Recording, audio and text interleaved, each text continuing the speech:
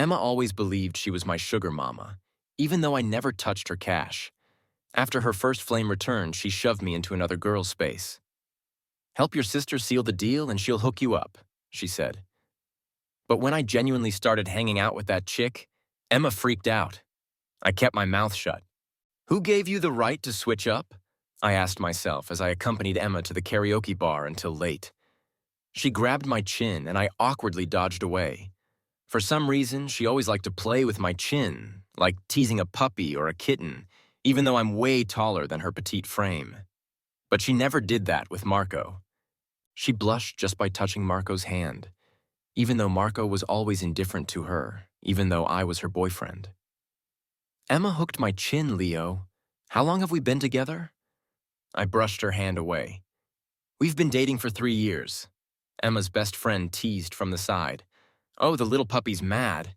Emma, you should get him something to cheer him up." Emma laughed too. "What do you want?" I shook my head and said nothing. I was tired of explaining. Even though I had been with Emma for 3 years without taking a penny from her, the card was neatly placed in her drawer. Everything Emma bought for me, I kept untouched, except once. Emma gave me an album with her childhood drawings. And that album, I kept. I'd lie in bed and look at it when I had nothing to do. But Emma still saw me as the little puppy she kept by her side, not her boyfriend. She snuggled into my arms like a kitten, finding a comfy spot, drawing circles on my chest with her hand. "You know, Marco is back." I froze for a second. Marco. Emma's first love. Emma even called his name when we were together. Since she called the wrong name, I never stayed at her place again. Today was the first time seeing her in half a month. She rubbed her face against me like a kitten. "Leo, this time Marco and I gotta sort things out." My hand stiffened, still holding Emma. My throat was dry. My stomach churned, burning my heart. It took me a minute to pull myself together. Then I coughed dryly. "So, what do you mean?" Emma handed me a card and rubbed against me again. "Leo, we might be at the end." I looked at the card and said nothing. I had given my all to Emma for these 3 years. Even though everyone thought I was after her money, I never explained. I ran to embrace her in the rain because she was scared of thunder. I flew out to grab some snow for her during a blizzard because she said she wanted to see snow. But later, I found out it was pouring in the city where Marco was that day. What she wanted to see wasn't the snow I brought back. I worried about her stomach issues, her drinking habits, and her work stress. I took care of her, drained myself, even pissed off my dad, making him think I was too caught up in romance. But I still couldn't compare to Marco. Couldn't compare to Marco. A simple statement. My stomach hurt. I swallowed and grabbed the whiskey in front of me, tilting my head back to down it. My stomach hurt even more, but the pain made me feel a bit better. I raised my hand and pushed Emma away. "All right," I smiled at Emma. "As you wish." Emma blinked, not expecting me to agree so easily. "Leo, I'll help you find a job." I shook my head and refused, standing up and patting my clothes. "No need, Emma. All the things you gave me in these 3 years, whether it's the card, the watch, or the limited edition kicks, I've stashed them all in the safe. The password is your birthday."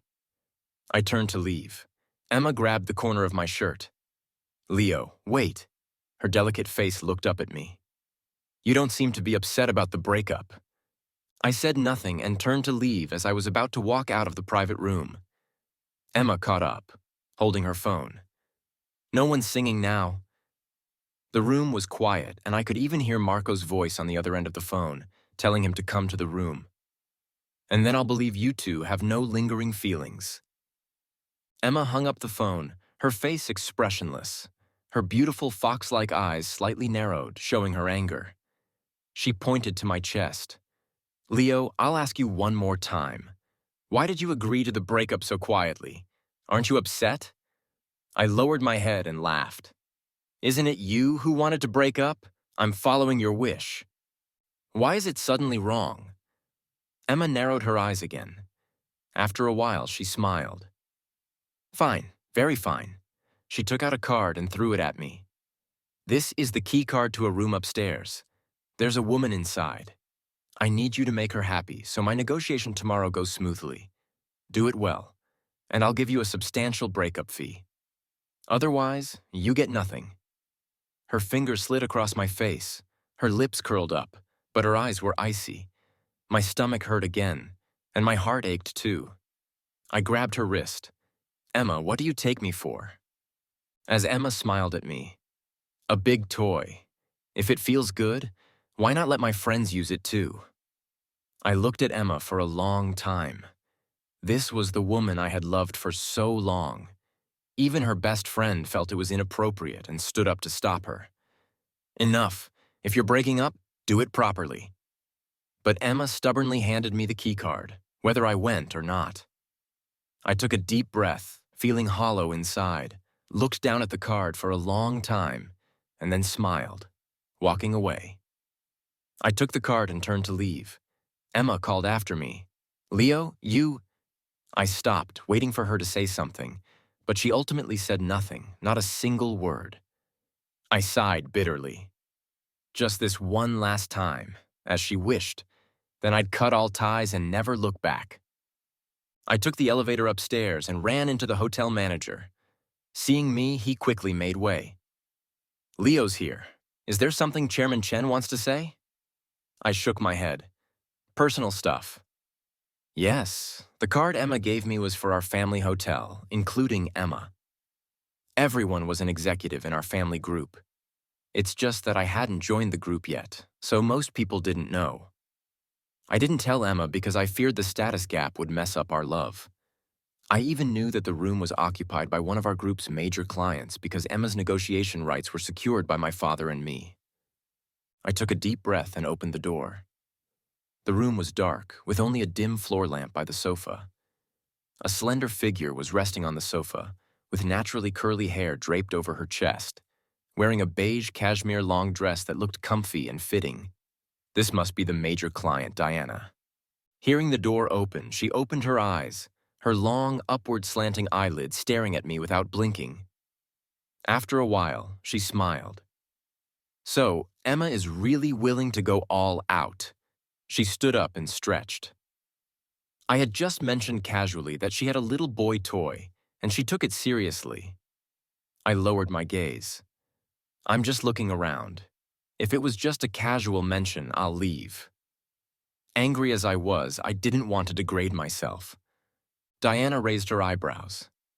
"She didn't force you, did she? Then I can't let you in." I said nothing. Diana frowned. "So she did. That's not okay. I don't do such things. You should go back." I nodded and turned to leave. Back home, I locked myself in for 3 days.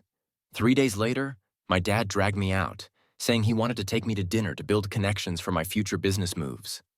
When we entered the private room, I immediately saw a familiar figure at the table, Diana. Seeing me, she raised her eyebrows. Her cherry lips moved, but she said nothing. She just smiled meaningfully. I knew she was mocking me, but I had to pretend not to notice and warmly greeted her.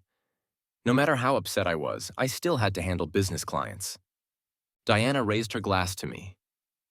"Mr. Zhao, to you. There aren't many pure-hearted young men like you these days." Diana raised her glass again. "Mr. Zhao, to you. There aren't many pure-hearted young men like you these days." She smiled with the narrowed eyes, clearly mocking my naivety.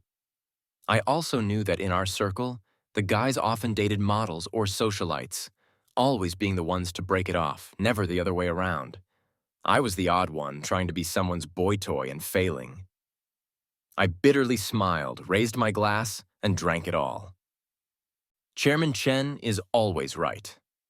I refilled my glass and toasted Diana. Sorry to have embarrassed myself. The alcohol burned my sorrow, too harsh, making my eyes water. My dad, who always spoiled me, quickly patted my back. "Look at you. Drink slowly. Don't let Chairman Chen laugh at you." I coughed and wiped my eyes, smiling. "Yeah, I guess I'm quite the joke." I nodded to Diana. "Sorry for the laugh." Diana stared at my red eyes for a moment, then nodded without a word for the rest of the night. She didn't toast me again, but her gaze was much gentler after dinner. My dad asked me to take Diana back to the hotel. We sat in silence in the car, Diana looking out the window the entire way. As we neared the hotel, she turned to look at me. "I'm sorry." I was puzzled. "Sorry for what? You didn't do anything." Diana shook her head. "I was mocking you in my mind, but then I realized she was mocking my pain. I shouldn't mock someone in pain. I'm sorry." I lowered my gaze and shook my head. "No need to apologize. I deserve it." As the car pulled up to the hotel entrance, I got out and opened the door for Diana. "I won't come upstairs with you," but Diana looked at me and said, "Don't you want to have another drink?" She smiled and narrowed her pretty almond-shaped eyes. "I brought whiskey." I hesitated. It's pretty late now. She was a major client, and I didn't want to refuse directly. Besides, she was the one in danger inviting me upstairs. Diana laughed again. "I'm not afraid of you, so why are you afraid of me?" Though she was smiling, there was a serious look in her eyes. "I've been hurt too. We're just two wounded souls." I was touched by the flash of pain in her eyes. If there were a mirror now, my eyes would probably show the same sorrow. I closed the car door, then felt honored. These past few days, every time I closed my eyes, I dreamed of Emma's cold eyes, the room card she threw at me, and her with Marco. I felt like I couldn't take it anymore. I really needed a drink to help me forget. Forget the outcome of my 3 years of sincere love. I walked into the lobby with Diana. The lobby manager respectfully approached us, about to speak, but a shocked voice interrupted him. "Leo?" My body tensed. It was Emma's voice. She sounded surprised, more so, angry. "What are you doing here?" I turned and saw Emma coming out of the hotel restaurant with a few clients, narrowing her eyes at me. She looked at me and then at Diana beside me, forcing a smile. "Chairman Chen, seems my recommendation suits your taste." Diana smiled, linking her arm through mine and nodded at Emma. "I quite like him." I was stunned by Diana's actions. So was Emma, her face turning pale. "Chairman Chen, could I borrow Leo for a minute?" I suddenly remembered I had something to ask her. Diana looked at me, seeing that I didn't refuse. She shrugged. "Just 2 minutes. We're in a hurry to go upstairs." Emma bit her lip and beckoned me. I didn't move. Emma gritted her teeth. "Leo, could you come here?" Her delicate face was full of anger, the coldness in her eyes growing. I took a deep breath and walked over to her. I didn't know what she wanted to say to me at this point. It couldn't be an apology. Emma pulled me a few steps away, her fingers icy, her face darkened, teeth clenched. "Leo, don't you feel dirty?" I was stunned. I could accept anything she said, but calling me dirty, I couldn't take it. "How am I dirty?" I pursed my lips and asked her. Emma's eyes burned with cold fire. "I thought you wouldn't really go upstairs. Did you really go?" Emma scrutinized my face, my neck, looking as if she wanted to examine my entire body. "What did you do, huh?" I looked at her angry expression, suddenly feeling both surprised and amused. I looked down at her trembling hands and asked, "Didn't you tell me to go?" "Emma, I was just following your orders. I was angry at you. I was just angry." The fire in Emma's eyes burned brighter, reddening her eyes. "How was I supposed to know you'd actually go and sleep with someone else?" "Leo, don't you have any shame?" Emma, an executive, usually hid her emotions. She always treated me with indifference, often teasing me more than anything else. But in this moment, her eyes were red, lips trembling with anger, like a child whose favorite toy was taken away. It added a touch of reality, a touch of the genuine Emma from her childhood. I closed my eyes and sighed. "Emma, I have to go. We're done." I turned and walked back to Diana, letting her take my arm as we got in the elevator. Behind me, Emma's voice, low and furious, called out, "Leo?" I paused for a moment, but then walked on without looking back. Diana and I drank a lot of alcohol. I didn't speak, and she didn't speak either. We just silently poured drinks, silently toasted, and silently drank. I looked out the window, thinking about the past 3 years. She looked out the window too, lost in her own thoughts. After a long time, a hint of tears appeared in her eyes, and she smiled at me. Why are there so many people in this world who don't know how to cherish what they have? She smiled bitterly. They trample on others' genuine feelings. Don't they feel any sadness? I shook my head and drank another glass. Diana turned her head to look at the city lights outside, the tears in her eyes forming a single drop that rolled down her face. We drank for 5 hours, from evening until early morning. Drunk, I carried the sleeping Diana to bed, covered her with a blanket, and staggered downstairs. As I reached the lobby, I heard a voice calling me, Leo. I turned and saw Emma, curled up on the lobby sofa, wrapped in a shawl, her hair messy, her makeup smudged. She called to me with red eyes. Leo, I've been waiting for you all night. Why did you just come down now? She walked towards me. I've thought about it carefully. You're not that kind of person. Nothing happened between you and her, right? I rubbed my temples, unable to speak. The headache from the alcohol was splitting, accompanied by the pain in my heart. Emma was staring at me, seemingly unwilling to give up without an answer. I suddenly felt like laughing. In the past, Emma was staring at me, seemingly unwilling to give up without an answer. I suddenly felt like laughing. In the past, it was always me waiting for her sleepless nights, waiting for her to say she was working overtime. But the office building was dark, and on her best friend's social media, Marco was toasting Emma with a smile. Once, twice, again and again, until I lost hope. Now she waited all night for me. Why not earlier? I laughed. Emma, does this still concern you? Is there any need for explanations between us?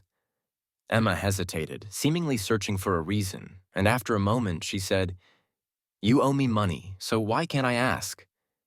I pressed my temples, feeling disappointment once again. Disappointment piled high enough becomes despair. I had despaired of Emma. I held my forehead, suppressing the headache. Emma, if you cared about me at all, you'd realize that in these 3 years, I haven't spent a penny of your money. I haven't touched your card. But Emma didn't believe it. Then what about your clothes, your watch, your bag? Those are my own money, I interrupted, losing all patience. Emma, everyone around you flatters you for money, so you think everyone is like that. But I'm not. I told her, word by word. I'm different from them. Emma bit her lip. Leo, how about we talk again? I shook my head. Talk about what? Emma. I decided to tear open the old wound and make it clear. Shall we talk about how every time Marco calls, you push me away to find him? Or how every time Marco returns, you work overtime endlessly, even though the office is dark and the security is asleep? Or how, at Marco's word, you wouldn't even give me the mercy of a proper breakup, pushing me into another woman's room like a toy? Even if it was in the past, even if I had let go, I still trembled all over. Those memories turned into steel needles, piercing my heart, making it hard to breathe. I took a deep breath and asked Emma, So, what do you want to talk about? I pulled out a mocking smile. Or have you decided to leave Marco and want me back? Emma was silent. She suddenly started crying. Leo. She covered her face. I can't do it. I've waited for him too long. I closed my eyes. The pain in my heart tore at my insides. I heard my own voice, indifferent and distant. Fine, then just leave me alone. Okay, don't care who I drink with, whose room I enter, whose bed I sleep in. From now on, it has nothing to do with you. Emma sobbed quietly. I turned and walked towards the door. The cold early morning wind was piercing, sobering me up and blowing away the last bit of reluctance. When I got home, I drunkenly searched through my bedroom. After searching for a long time, I found an album. It was the only thing of Emma's that I had kept. Emma used to draw beautifully when she was a child, and the album was filled with vivid drawings of two children, a pretty and lively little girl and a silent little boy. The little girl held the little boy's hand wherever they went, never letting go even when they were bullied by older kids. They held hands and refused to separate. The pages of the album had turned yellow and many pencil lines were blurred, but I still treasured it, rescuing it from the trash when Emma was about to throw it away. I would look through it often. Only when looking at the album could I feel that Emma had once given me warmth. Once she had held my hand firmly, never wanting to let go. Closing the album, I fell asleep with my clothes on. In my dreams, Emma as a child held my hand and ran away. Then the present, Emma looked at me coldly. "I'm tired of you. Let's break up." I slept until 10 in the morning and woke up to several missed calls from my dad. "Come to the company at noon. Take Diana out for a walk. Visit some scenic spots." I realized my dad really wanted me to see Diana. In families like ours, marriages are usually arranged. Everyone accepts it, except for me, who thought I could make it work with Emma. I always went against my dad, refusing any arranged dates. Which is why I hadn't been called to work in the company yet, even now. I didn't want to marry someone I didn't love, didn't want to have a child just for the sake of it, and then live separate lives after the child was born. I wanted to refuse, but the memory of Diana's tear falling as she looked out the window last night came to mind. That tear fell silently onto the carpet, with Diana's face expressionless. But as the night passed over her almond-shaped eyes, I saw a hint of sorrow. That hint of sorrow made it impossible for me to refuse. So, at noon, I drove to the company. I waited in the lobby, scrolling through my phone for Diana to come down. As I was scrolling, a pair of beige high heels appeared in my view, thinking Diana had arrived. I smiled and looked up. "I've been waiting for you." But when I looked up, it was Emma. She was dressed in a professional suit with light makeup, but the dark circles under her eyes couldn't be hidden, making her beautiful face look exhausted. She looked at me quietly.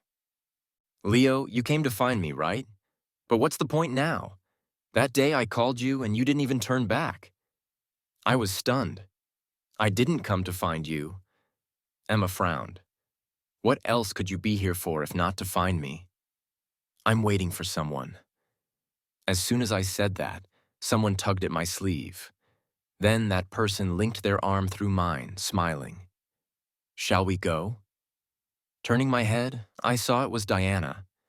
Today, she was dressed in denim, her hair in 2 braids, looking much livelier than the last 2 times I'd seen her. She tilted her head and smiled at me. "Aren't you here to take me out?" Looking at her smooth forehead and smiling dimples, I suddenly felt the warmth of the sun on my back. I nodded. "Let's go. I'll take you to the wetland park first, and then we can go hiking." As Diana and I walked out together, I didn't even notice her holding my arm. But behind us, Emma shouted, "Leo, come back." I didn't stop. Emma's voice was tearful. "Come back, look at me." I waved my hand back at her, got in my sports car, and drove off with Diana. Many people in the company watched us leave, but Emma was the most shocked of all. Emma sent me a WeChat message. "Where did you get the sports car? Did Diana give it to you, Leo? Are you with her for money?" After a while, she sent another, "Leo, you're not that kind of person, right? Diana's circle is different from ours. She's just playing with you." I replied, "Weren't you just playing too?" Emma didn't respond. Diana took my phone. "We're out to have fun, so let's really enjoy it." "Why the long face?" She looked out the window. "There's no sadness that alcohol can't fix. If one drink doesn't work, have 2. I remembered her tear and couldn't help my curiosity. "Chairman Zhao Jr., sounds like you've got some unresolved past, too." Diana turned her gaze back and smiled at me. She looked at the view of the wetland park and said calmly, "My ex-boyfriend didn't know about my family background at first and claimed he loved me deeply. Later, after I took over the family business and refused his unreasonable demands, he hired people to kidnap me, hoping to make a big profit. Then he planned to kill me." I was stunned. After a while, I apologized. Sorry, I shouldn't have asked. Diana shook her head. It's okay, it's all in the past. She tucked a strand of loose hair behind her ear. But during that time, I relied on alcohol to get through. That's why I suggested you drink. I know how painful it is to have your sincere feelings betrayed. She spoke lightly, but I suddenly remembered that Diana was only 26 years old, forced to take on huge responsibility after her father had a stroke. To be kidnapped by a lover at that time must have been devastating. I hesitated, then patted her shoulder. It's all in the past. I took Diana around to different places, and during a break, I checked my phone and saw Emma's best friend's post on social media. Emma is engaged to her love. The picture showed Emma in the company lobby, reaching out to accept a bouquet of roses from Marco, a ring on her finger. Emma's best friend commented on her own post. Some people have successfully missed their last chance to make amends. I looked at the picture of Emma and Marco embracing, feeling nothing special. It was like finally having a sharp blade fall after being suspended above my head for so long. I actually felt relieved. I put down my phone and took Diana hiking, eating, and watching a movie. When I dropped Diana off, it was already 10 o'clock. On my way home, I received a call. It was Emma, clearly drunk. Leo, didn't you see the post? Why didn't you react? I laughed. What kind of reaction do you want? Do you want me to congratulate you and send a gift? Emma paused. Her voice was hoarse. Leo, you're not happy, are you? She said, if you're unhappy, just say the word and I will. She didn't finish the sentence. I lowered my eyes, mocking. And what? It's not like you're going to refuse Marco, right? Emma hesitated, then hesitated again. I laughed out loud. Emma, if you want my blessing, then you have it. I wish you and Marco a lifetime of happiness. Don't be conflicted anymore. You can't let him go. Emma was silent. After a while, just as I was about to hang up, she said, I thought I couldn't let go, but now I'm not sure. Leo, I don't know how to choose. When I saw you with Diana, it was like there's a fire burning in my heart. I hung up the phone without another word. Disappointment can be recovered from, but despair cannot. My dad was pleased to see that I was no longer moving out or lowering myself for some inexplicable female employee. He encouraged me to start working at the company soon. He suggested I begin by collaborating with Diana. In the meantime, Emma sent me a message. Leo, I regret it. I ignored her and blocked her on every platform: phone, WeChat, Weibo, QQ, Douyin, and Xiaohongshu. I wanted her completely out of my life. Emma's best friend cursed me on social media, blaming me for driving Emma crazy. Later, even Marco called me. Leo, you play hard to get very well, but you're just a toy. Emma will never care about you. After hanging up, I looked at the custom suit my dad had made for me and fell into deep thought. I wondered if Marco knew that his new boss arriving tomorrow was named Leo. The next day's department meeting included the cooperation department. Marco and Emma, both managers, were waiting in the conference room, eagerly awaiting the entrance of the old chairman's son. They were all smiles, waiting for the door to open, and then I walked in. Emma stood up first. Leo, why are you here? Before she could finish, the assistant introduced me respectfully. This is the son of Chairman Zhao. You can just call him Leo from now on. Work well with him and perform excellently. Emma froze. I watched her face turn pale. Leo, you are... No wonder she didn't know. I never came to the company or mentioned my background. Being so obedient and easy to please. Who would have thought I was my dad's only son? I sat down and motioned for her to sit as well. Manager Lin, don't be so formal. Sit down and speak. Emma remained stiff, unable to move. Marco had to pull her down into her seat, but his face was even darker, almost turning liver-colored.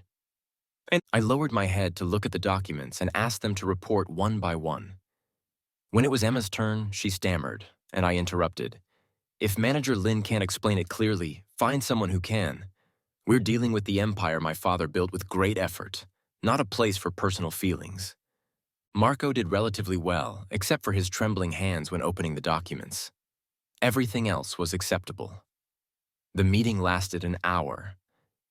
After it ended, just as I stepped out of the conference room, Emma finally seemed to react, chasing after me.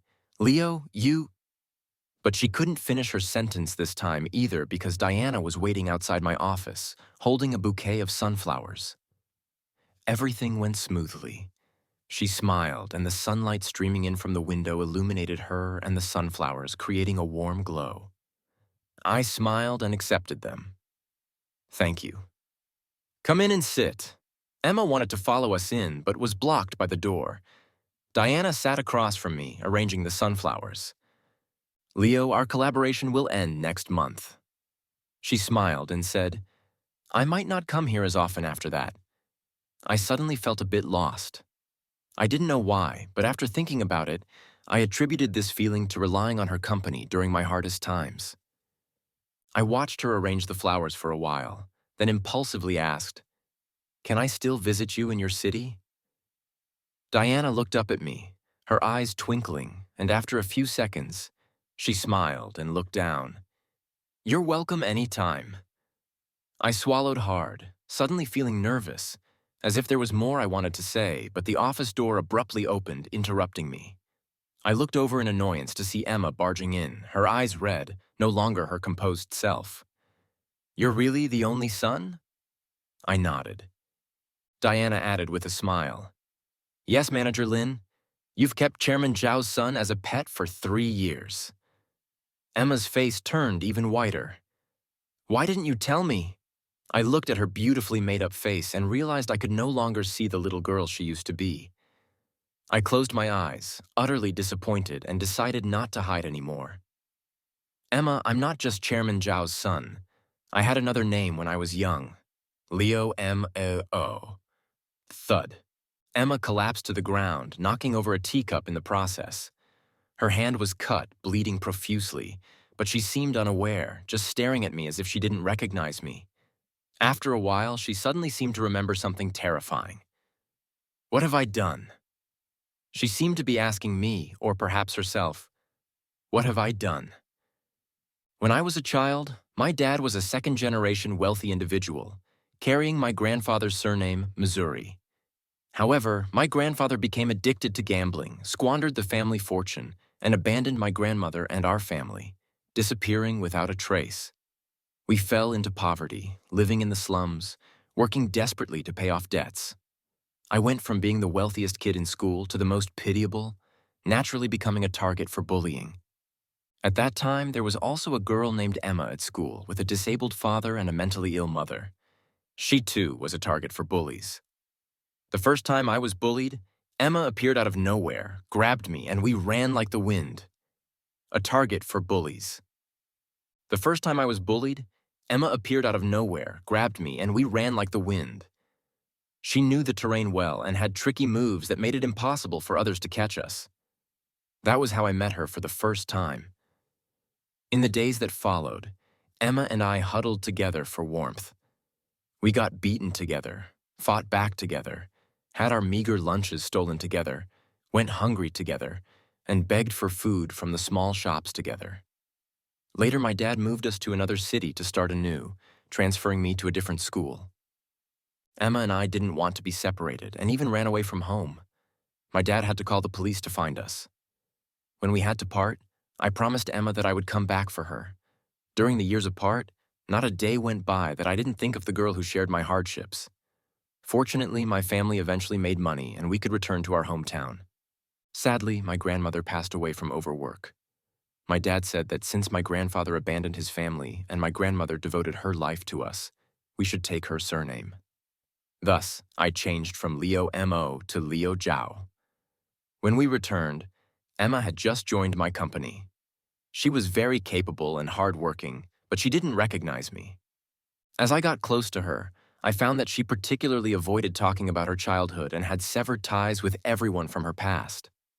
I hid my past, pursued her diligently, and eventually stood by her side. I thought I had fulfilled my promise, but I never expected that I was just a temporary companion for her. Now, looking at Emma sitting on the ground, my heart that once loved her felt no ripples, but the young Leo inside me was crying in grievance. We had promised to be together when we grew up back then, holding hands.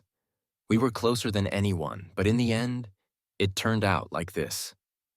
I called for iodine and Band-Aids, squatted down, and tended to Emma's wound, applying iodine and a Band-Aid. I smiled at her. I once thought we would truly fulfill our promise and be together. Tears flowed from Emma's eyes, her lips trembling, unable to speak, only whimpering, soft and pained. But somehow, we've reached this point. I helped her up and stood. Emma, we can't go any further. This is the end. Tears streamed down Emma's face.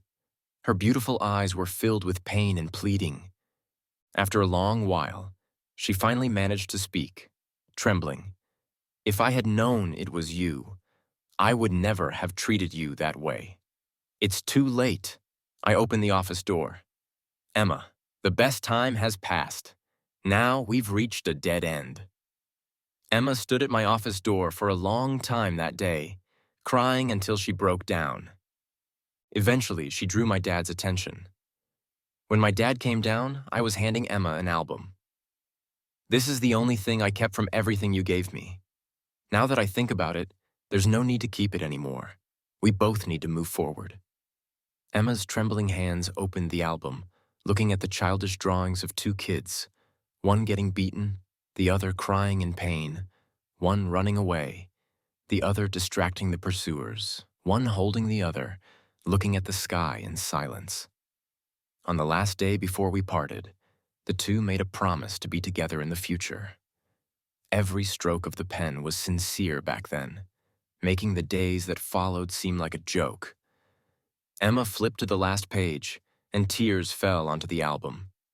She closed the album, turned, and ran away, crying. Her staggering figure, trembling shoulders, overlapped with the little girl who was chased and beaten back then. My dad stood beside me and asked, "Will you keep her on?" I hesitated for a moment. If her performance is good, keep her. If not, let her go. In my heart, I believed in Emma, the girl who struggled out of the slums, who drastically changed her personality and severed her past, deserved her position. She just didn't keep our childhood promise, but it's okay. It's all in the past. I turned to Diana. "I'll be going to your place for a business trip this month. Will you welcome me?" Diana looked at me quietly after a while. She handed me a sunflower. "Welcome, Leo." Even if he hadn't, he couldn't face me day after day taking my orders. However, Emma had helped him a lot in his career, and after resigning, he struggled to find a suitable job, feeling very frustrated and wanting to return. But I don't go back to the past, nor do I accept others treating me as a fallback. Career and love are the same. After that day, Emma took a leave of absence. She hadn't taken a vacation in years, and now took a full month off.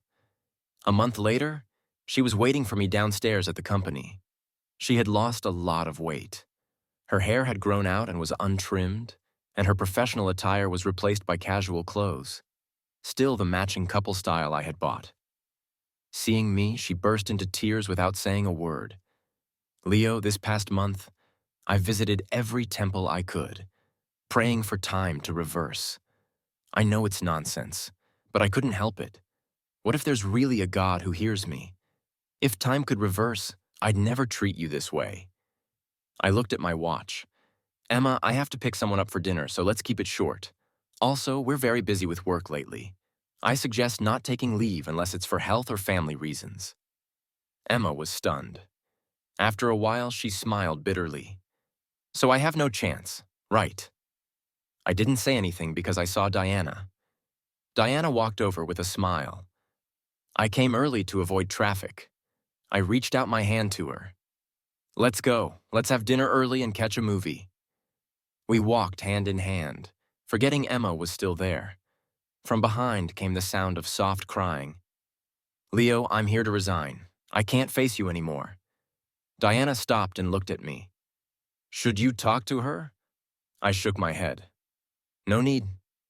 I turned back to Emma and smiled sincerely. "Like when we were kids." "Emma, I agree. I wish you all the best."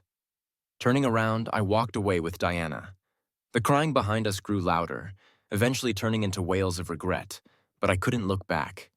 There was still a long road ahead for Diana and me to walk together. I held Diana's hand tightly, and she gently squeezed mine in return. This time, neither of us would let go. Emma's story. I don't like it when people bring up my childhood. It was the most shameful, unbearable period of my life. I later worked like crazy, studied like crazy, all to shake off the shadow of my childhood, that shadow of being laughed at and bullied. But the one thing I could never shake off was the smile of a boy. His smile was so sincere. Gab and I gradually became inseparable, going everywhere together. His childish voice solemnly promised me, "When I grow up, I'll work hard to make money and marry you." Back then, we believed that marriage was the guarantee of never being separated. I matured earlier than he did. I knew it wasn't realistic. Kids like us couldn't afford to like each other. Otherwise, we'd drag each other into hell. But somehow, I still nodded. "Okay, I'll wait for you." Even now, when I look back, I don't know why I nodded. Later, Gab had to transfer to another city. He hugged me and cried. I usually followed the principle of avoiding trouble, but that day, something clouded my judgment.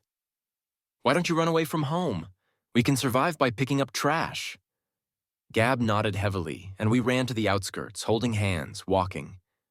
We were so naive back then, thinking that our efforts alone could sustain us, but less than a day later, Gab was found by the police. No one came looking for me because my parents hadn't even reported me missing. When the police brought us back and we had to part, Gab cried his heart out, hugging me tightly. "Emma, wait for me. I'll definitely come back for you." By then, I knew that adults often didn't keep their word, let alone children. But when Gab said that, for some reason, I believed him. I didn't cry, but I nodded very seriously. "I'll wait for you." 10 years passed. My father, disabled but a compulsive gambler, would sell family belongings when he lost. Finally, he pinned his hopes on me. "If you sleep with the dealer for a night, our lives will turn around." He even brought the dealer home to inspect me. But that day, my mother had an episode, wielding a kitchen knife. When my mother was lucid, she loved me, she hugged me and said, "Go, never come back." I took my documents and fled. My mother set our dilapidated home on fire. From then on, I had no home. I worked desperately hard and got a job at Zhao Corporation. Everyone at work knew not to mess with me. I was ruthless with anyone who blocked my path. I had no choice. This instinct was ingrained in me from my childhood experiences. Former classmates heard about my success and tried to cozy up to me, but they didn't realize how vehemently I rejected my past. Anyone who mentioned knowing the old me was immediately cut off without hesitation. That was my shame, my pain, the festering wound no one was allowed to touch. The simple, innocent Emma of the past was gone. In her place was the current Emma, devoid of morals, living only for her own pleasure. I drank heavily, partied wildly, and lived recklessly. I pursued Marco, someone from an intellectual family with a high education, like chasing an unattainable dream from my childhood. In my childhood dreams, I was a university professor. Even though I knew Marco was stringing me along, I was like a donkey chasing a carrot, exhausted but unwilling to give up. Other people pursued me too, including wealthy individuals, but I couldn't stand rich people. Every detail of their extravagance painfully pricked my childhood self-esteem. Crushed into the dust, they didn't know what it meant to lack money, and I didn't know what money was. The deep-seated inferiority complex was impossible to change. So I was strung along by Marco, wasting my youth, living in a twisted, purposeless state of inferiority. Until one day, at a nightclub, an incredibly handsome boy approached me. He didn't seem good at flirting in a club, awkwardly downing drink after drink, thinking it would impress me. I despised such naivety, not liking this kind of rookie, but that night, I kept him. It wasn't his drinking that moved me. I just saw a familiar shadow in him, a shadow buried deep in my mind, along with my sordid past. a forbidden area no one was allowed to touch. I assumed he was a nightclub salesman. When I took him home, he overheard my drunken phone call with my best friend, cursing those wealthy second-generation rich kids with the harshest words. Then I cursed my former classmates for shamelessly trying to get close to me. I saw him stiffen in the passenger seat. I thought I had scared him, so I laughed and patted his head. "Don't worry, I'm not like this in bed." He forced a smile, falling into deep thought. He told me his name was Liu Zhao and that he had no money and no job. Our boss also had the last name Zhao, so I joked, "Go check the family tree. Maybe you're distant relatives and can get some help." Leo laughed awkwardly. Leo was good-looking with a great body, and soon enough, I wanted to move in with him. Leo was genuinely kind-hearted. I gave him cards, bought him things, showered him with luxury goods. But he never became materialistic. I even thought he had the potential to be a monk, so calm and unworldly, yet he was so dedicated to me. Even though everyone said I was just playing with him, he was still earnest about our relationship. For 3 years, people aren't plants who can be without feelings. Every night I woke up screaming from nightmares about the past. I clung to him. Every time I drank to the point of pain, crying for my mom, Leo would rush to me, saying he'd love me in place of my mom. Every time I was consumed with jealousy towards the rich, Leo would silently listen to my ugliest thoughts, quietly patting my back. 3 years went by, and I told everyone I was just having fun, but deep down, I knew it wasn't true. I had developed feelings for him too. I even thought about making Leo an administrator or something and then marrying him. But just in the 3rd year, when I decided to settle down, Marco came back. When I welcomed Marco back, I didn't invite Leo. But Marco still saw Leo's photo from my best friend and sneered, "He's quite good-looking." I smiled and said nothing. Within days, Marco requested a transfer back to headquarters, working closely with me, asking for my help with his work. I agreed. Marco was pleased and jokingly said, "Kick that poor boy out. It's time to settle down." I frowned at the term poor boy. I didn't like anyone being described as poor. I especially didn't like Leo being described that way, but this was Marco. Marrying him would allow me to integrate into an intellectual family, and my children could become university professors in the future. The misery and inferiority of my childhood had long twisted into a bloodthirsty beast in my heart, sharp and fierce, devouring all my feelings and conscience. I wanted to completely erase the imprint of my past and become a new person, a Emma who annihilates the past. Those few days, I couldn't look at Leo. I didn't even dare to speak much. Leo thought I was under too much pressure and even wanted to buy a cat to relieve my stress. He made soup for me, invited me to go hiking. Being cautious and caring, I thought and decided I had to get drunk to talk to Leo. I called my best friend and Leo to sing karaoke. Drinking recklessly, whiskey stung my nose, making me cough and tear up. When I got drunk, I lay in Leo's arms and laughed. We're done. I think my years of harsh self-training paid off. I had become an emotionless creature with only goals. I said it just like that, watching Leo's eyes go from bright to dull under the lights of the private room. I thought he would beg me to reconsider. For a moment, I even hoped he would. I felt that if he asked, I might really reconsider. But he just stood up quietly, nodded, and turned to leave, as if the 3 years of companionship and dependence meant nothing to him. I was instantly furious. Marco had said he suspected I had genuine feelings for Leo and told me to push him to our new major client to reassure him. We had heard that this new client had recently gone through a breakup and was in a vulnerable state. This suggestion was for our benefit. Given my ruthless nature, I would have agreed without hesitation. But that day, I actually hoped Leo would beg me not to break up. Then I might have reconsidered Marco and definitely wouldn't have pushed Leo to someone else. But Leo showed no reluctance. It stung my heart. I smiled and handed him the room card. Go accompany the client and Big Sis will give you a breakup fee. Leo had already reached the door, the hallway light illuminating his face. I saw a flash of pain in his eyes, but this made me happy. At least he was hurting for me. I thought I was mentally prepared, but I never expected that seeing Leo and Diana together would hurt me so much. It felt like an invisible hand was squeezing my heart, its nails digging into the flesh, twisting until it was bloody and mangled. This pain exceeded my tolerance. Even though I was known for my endurance and patience, I disregarded the client's thoughts and rushed over to question Leo, even though I no longer had the right to question him. For the first time, the usually gentle Leo looked at me coldly and told me I had no right to interfere in his life. He sneered, "Or are you planning to give up on Marco?" I thought I would shake my head without hesitation.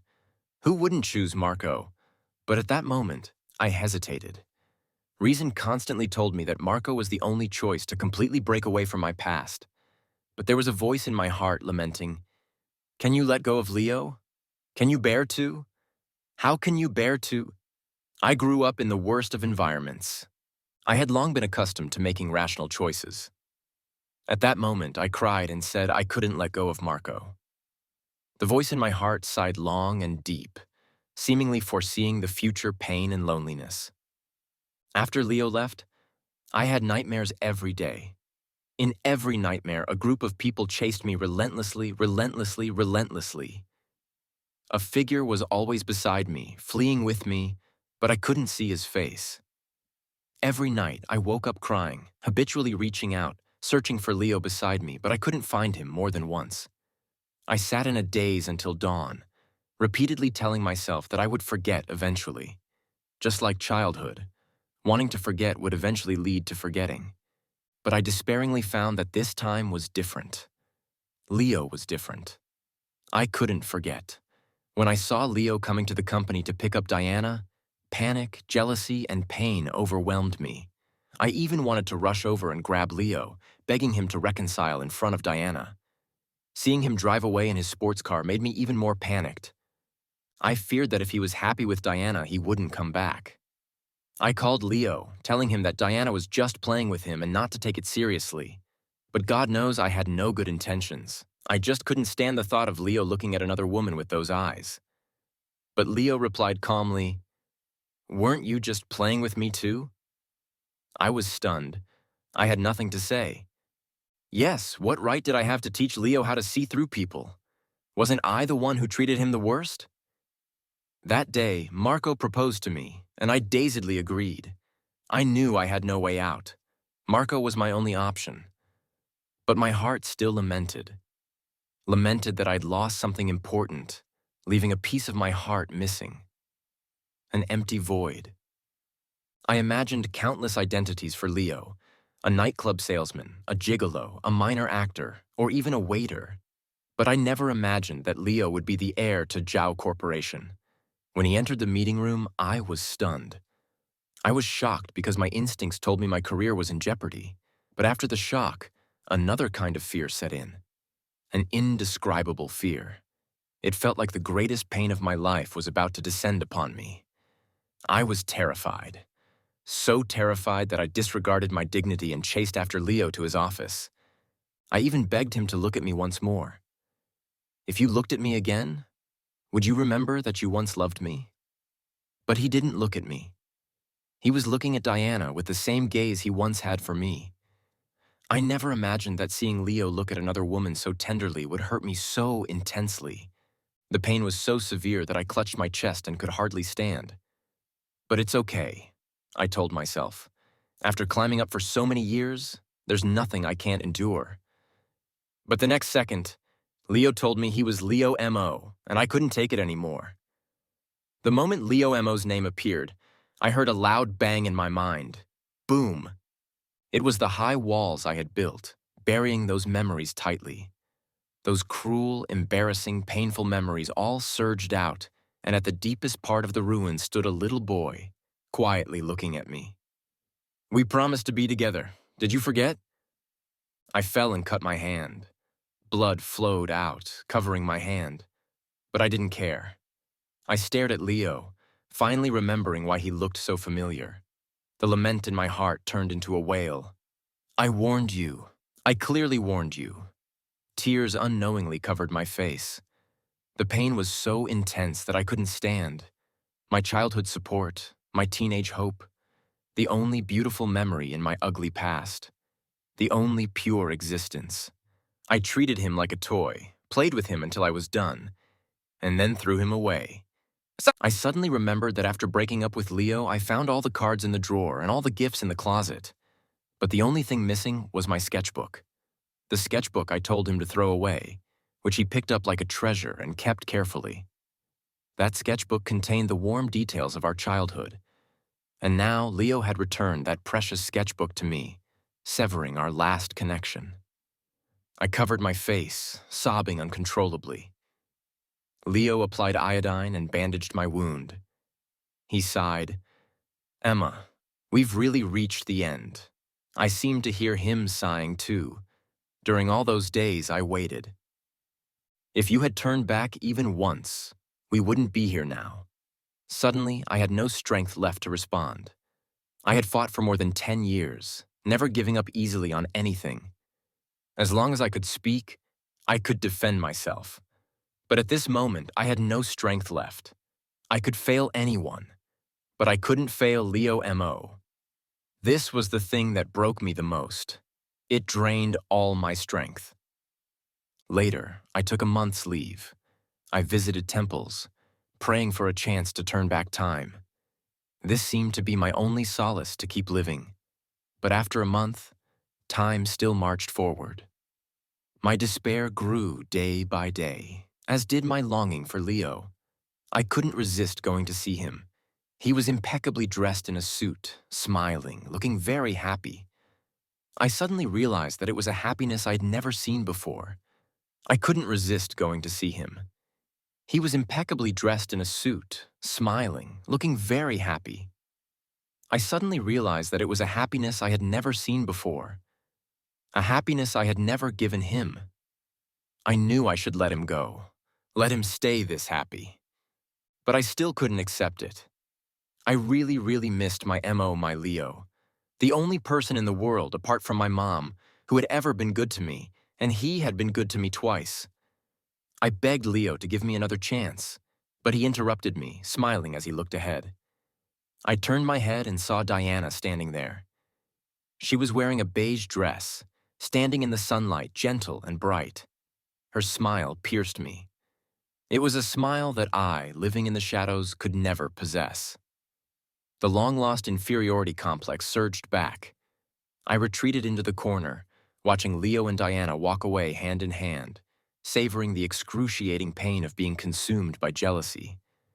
At this moment, I understood that I had lost all my chances. It was time for me to exit. I quit my job. I used to be someone who only wanted to climb up. But overnight, I lost my spirit. I broke off my engagement with Marco. Marco once asked me, "Is it because I can't find a job now that you look down on me?" I shook my head. No, it's because I look down on myself. I went back to my alma mater and opened a small convenience store nearby. The store faces the playground where Leo and I used to sit and watch the stars back then. Little Leo would point at the sky and say, "Emma, my Aries is here and your Scorpio is over there." I didn't know if he was pointing correctly, but I followed along. They're not far apart, which means Aries and Scorpio are good friends and will never be separated. Leo scratched his head and laughed. Just like us, we'll never be apart. I watched the stars from the playground while running my small store. To this day, I still can't tell which is Aries and which is Scorpio. But it doesn't matter. As long as they're the stars that Leo and I looked at together, as long as I still have those memories. Later, I remained alone for the rest of my life. Leo often appeared in the news online. He and Diana got married and had a son and a daughter. His business grew bigger and bigger, and he matured. No longer the shy boy who once courted me. Once, a reporter gossipingly asked him, "Have you only ever loved your wife?" I saw him pause for a second, then smile and nod. Yes. I covered my face and wept. That year, I was 50 years old. That year, I had finally learned to tell Aries from Scorpio. But it was too late. For the rest of my life, I would never see my Leo, my boy, again.